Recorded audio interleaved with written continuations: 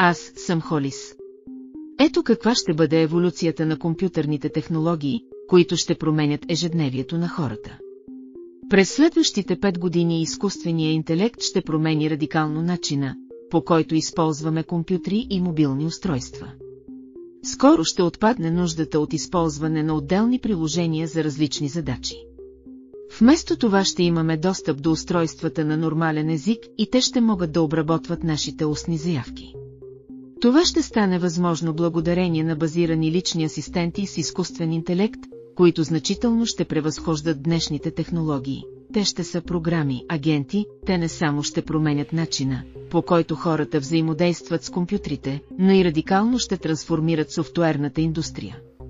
Това ще бъде най-значимата революция в компютрите след прехода от въвеждане на команди на компютърен терминал към използване на графични интерфейси.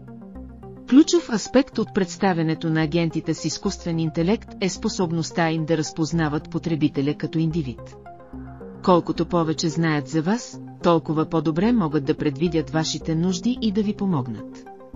Те са проактивни, способни са да предложат решения, преди да ги поискате. Те работят чрез приложения, като се подобряват с времето, запомнят вашите действия и разпознават вашите намерения и модели на поведение.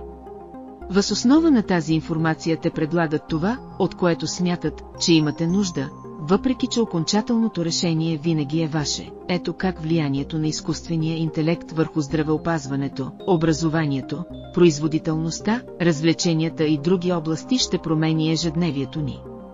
В здравеопазването, например, агентите ще могат да помагат с основна диагностика и съвети за лечение, както и на здравните специалисти при вземането на решения. В образованието агентите ще допълват работата на учителите, като персонализират обучението на учениците и освобождават учителите от рутинни задачи.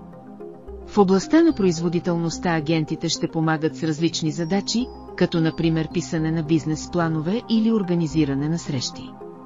В развлеченията и пазаруването агентите не само ще дават препоръки, но и ще помагат да се действа според тях. Въобще, изкуственият интелект ще е като неразделна част от всеки аспект от нашето съществуване. А програмите агенти ще бъдат следващата голяма платформа в компютърната индустрия.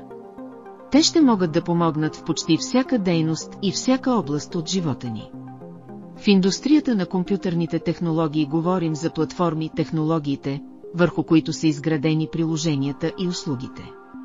Агентите ще бъдат следващата платформа. И това ще е много скоро, почти утре. Бъдете готови. Благодаря ви.